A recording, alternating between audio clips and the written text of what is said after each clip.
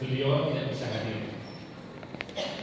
Bapak Ibu sekalian, mungkin saya tidak memaparkan seperti yang mungkin di awal dengan profesor ya, ilmu beliau sudah sangat tinggi. Saya cenderung ke praktis Bapak Ibu.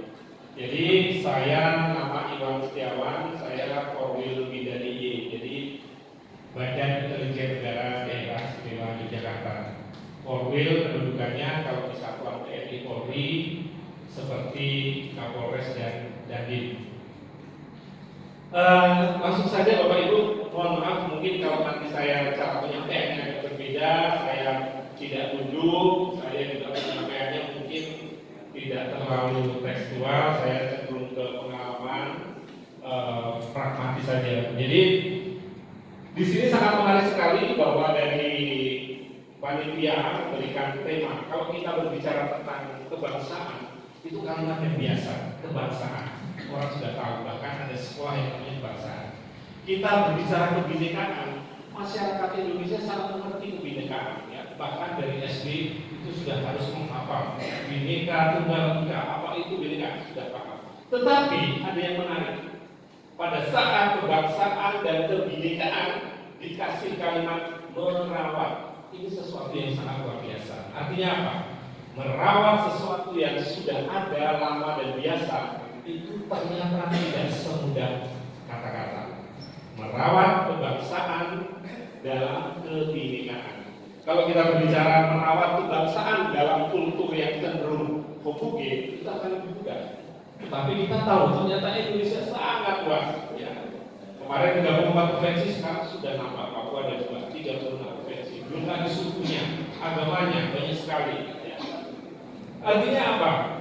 Peran Bapak Ibu sekalian yang saat ini berada di gereja membuat sebuah kegiatan yang mungkin tidak sesuai maknanya. Selama ini kalau kita berbicara keagamaan, kebanyakan melakukan kegiatan-kegiatan lain saja. Di sini tidak. Jadi menggunakan kegiatan untuk kebangsaan. Saya sangat apresiasi sekali. Artinya apa? Situasi saat ini, kalau kita berbicara tentang pemilu Bapak Ibu. Jadi pemilu 2014, pemilu 2019 itu di Indonesia sangat luar biasa perkelahiannya dalam tanda petik. Pertanyaannya kenapa? Kenapa pemilu dulu tidak seperti itu, ya kan? Nah, kita coba urai. Ternyata di tahun-tahun itu masyarakat kita sudah semakin konsumtif terhadap yang namanya sosial media. Ya. Jadi kalau dulu orang itu untuk mengikuti kegiatan pemilu harus ke kampanye, forum-forum terbuka, lewat televisi, ya, sangat terbatas. Makanya kalau zaman dulu, salah satu calon yang memiliki kekuatan media dimungkinkan dialah yang akan memenangkan. Tetapi itu tidak berlaku di era sekarang. Karena apa? Pertarungan informasi di era saat ini adalah di sosial media. Jadi kalau dulu media utama atau medianya adalah televisi dan radio, sekarang justru sosial media. Siapa yang akan menyangka sosial media akan menjadi media utama? Dulu 10 tahun atau 15 tahun yang lalu jadi perdebatan apakah media online nanti akan laku, siapa yang akan membaca. Justru sekarang orang jual koran susah sekali. Ya, artinya apa? Perputaran informasi ini sangat cepat. Terus apa hubungannya dengan kondisi informasi yang sangat terbuka dengan merawat kebangsaan? Sangat berhubungan. Kenapa? Masyarakat kita itu saja belum begitu siap untuk menerima informasi yang benar. Ya. Jadi Bapak Ibu begitu dapat informasi itu belum tentu benar, pengen tampil. Karena apa? Orang itu pengen dilihat, pengen diapresiasi, pengen dipuji. Jadi begitu informasi kirim dulu. Saya yang pertama, padahal dia juga yang sudah kesekian kali, tapi dia merasa dia yang pertama. Padahal informasi yang dikirim belum divalidasi, informasinya benar atau tidak. Pada saat ini dikaitkan dengan kegiatan politik, pemilu, kebangsaan, kebinekaan, dan berbau sara, disinilah akan muncul sebuah permasalahan. Oleh karena itu, merawat itu lebih susah daripada menghadirkan. Ya, kita mungkin bapak ibu yang sudah menikah, ya, pada saat mau cari pasangan, itu lebih mudah. Yang mendapatkan seorang laki-laki ini, saya begitu sudah dapat, gimana sih merawat 3 tahun, 5 tahun, 10 tahun, godaannya banyak sekali. Begitu juga dengan kebangsaan. Artinya apa? Kita tahu bahwa ada kelompok-kelompok tertentu yang memang sengaja selalu memanfaatkan situasi bangsa ini dengan memanfaatkan isu-isu sara untuk membenturkan antar masyarakat demi suksesnya kepentingan mereka. Saya sangat waktu itu saya kebetulan pernah tugas di daerah Sulawesi, Bapak Ibu sekalian. Saya begitu baca tagline orang sama itu merasa bagus sekali kata-katanya orang Manado. Jadi kalau orang Manado itu begitu datang, dia langsung bilang, orang semua bersaudara, ya kan? Kita semua bersaudara. Kalian mau Katolik, Kristen, Islam, Hindu, orang semua bersaudara. Jadi jangan berkelahi hanya gara-gara apa? Pilihan legislatif. Berkelahi gara-gara pilihan pilpres. Nah, pola-pola seperti itu di Jawa sebetulnya juga ada dengan kearifan-kearifan lokal.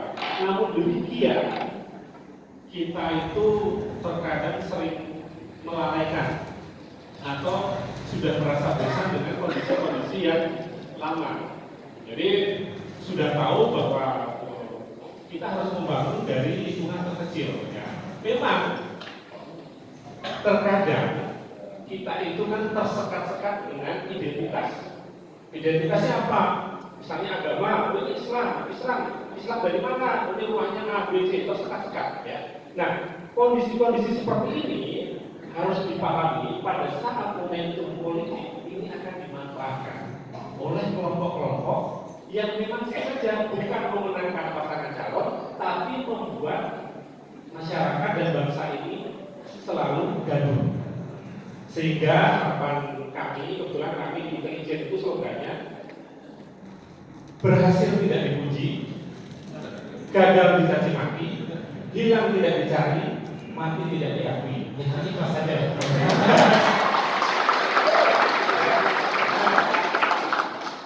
Terkait hal tersebut, kami menghimbau kepada Bapak Ibu sekalian di momentum tahun politik ini dapat berpartisipasi. Demi apa? Demi merawat kebangsaan dalam pendidikan. Karena merawat pendidikan itu tidak mudah. Sekali lagi, merawat pendidikan itu tidak mudah. Kita memiliki anak 4, satunya suka A, B, C, itu susah. Ya, tidak bisa kita menyenangkan anak yang satu juga kadang-kadang berbeda-beda. Begitu juga masyarakat kita. Sehingga kalau ada tanda-tanda tokoh tertentu, ya, atau informasi tertentu yang sengaja memanfaatkan isu-isu sara, sudah bisa dipastikan bahwa mereka adalah bukan bagian dari kontestasi politik saat ini, tapi mereka bagian dari kelompok-kelompok tertentu yang akan mengacaukan proses pelaksanaan pemilu 2024. Ya. Jadi kalau iklan itu apapun makannya minumnya teh, nah, jadi itu apapun isunya jangan mudah terprovokasi. Ya. Kita kembali lagi, kita harus merawat kebangsaan dalam apa? Dalam kebinekaan berbeda-beda. Kita sudah sadar agama kita di Indonesia ada Islam, ada Katolik, ada Kristen. Ya sudah. Kenapa kita dibenturkan begitu mudah terprovokasi? Kita sadar ada orang Sumatera, ada orang Jawa, ada orang Sulawesi. Ya sudah. Mereka orang Indonesia kan? Ya sudah, kita lakukan. Jadi kesadaran itu saya yakin sudah ada. Tetapi sekian hari, semakin lama, semakin terdegradasi dengan apa? Informasi dan sosial media. Yang mohon maaf sekarang bapak-bapak, ibu-ibu ya, mungkin ibu-ibu ini mohon maaf nih. Jadi kalau ke tempat wisata, sekarang ke demo itu bukan anak muda, ibu-ibu. Iya benar. Jadi udah betul. Nanti apa? Sosial media. Begitu dibilang di sosial media ada berita yang terjadi kasus yang mungkin informasi tidak benar, di-share ke grupnya. Akhirnya kemana-mana. Pada saat itu memiliki isi informasi sara, itu sangat membahayakan. Ya. Jadi saya di Sulawesi pernah di daerah kepulauan, itu cenderung sangat di sana kebanyakan Kristen. Tapi ada salah satu wilayah yang dominasi Katolik. Artinya kalau Islam pasti paling sedikit. Tetapi di sana sangat toleran masyarakatnya. Bahkan kalau di Manado itu pada saat Natal, masyarakat Islam itu ikut meramaikan. Jadi ikut merias waktu Natal, ikut pawai. Jadi kalau di Manado itu 2 bulan sebelum Natal itu udah pawai terus setiap hari. Ya, pawai itu benar aja itu. Jadi memang meriah sekali. Tapi di situ banyak orang-orang dari remaja masjid. Begitu juga sebaliknya pada saat takbir, saya tanya, kan dari mana? Ternyata dia dari remaja gereja, ya, pakai foto, pakai angkot. Jadi bisa dari pakai angkot, terus pakai musik kencang, bundang. Jadi bukan orang Batak, dan bundang gitu kan. Artinya apa? Ada kesamaan budaya. Nah itu harus kita rawat. Di Jawa ada kesamaan apa budaya kita di Jawa yang biasa kosmino, ya kan, gotong royong, dan itu dijaga sehingga apa? Potensi kerawanan dari penyusup yang akan memanfaatkan situasi itu tidak laku di Jogja. Kita tahu Bapak Ibu sekalian, Jogja ini banyak, ya. Jogja itu banyak orang pintar, ya. Sehingga pada saat isu-isu kecil saja ini sangat tidak hanya nasional, mendunia. Ya, dengan informasi yang begitu cepat sangat mendunia. Nah, pertanyaannya, bagaimana kita bisa mengkonfirmasi bahwa setiap berita itu atau informasi itu benar atau tidak? Sebetulnya tidak susah. Jangan tanya teman sebelahnya, belum tentu, karena mungkin kalau kamu kembali dapat informasi yang sama, yang ada yang benar saya juga dapat. Gitu. Informasi kejadian yang benar yang dikirim di sosial media dan belum tentu benar itu dikonfirmasi di media konvensional atau mainstream, yaitu televisi. Apabila muncul di televisi bisa dipastikan informasi itu adalah benar. Tapi kalau informasinya heboh, ternyata di situ nggak muncul, itu bohong, TV-nya nggak nyari, malah kita yang mengklaim sendiri yang menyalahkan media kan? Itu sekarang terjadi karena apa? Setiap hari kita setiap detik itu pegang handphone, informasi bergerak.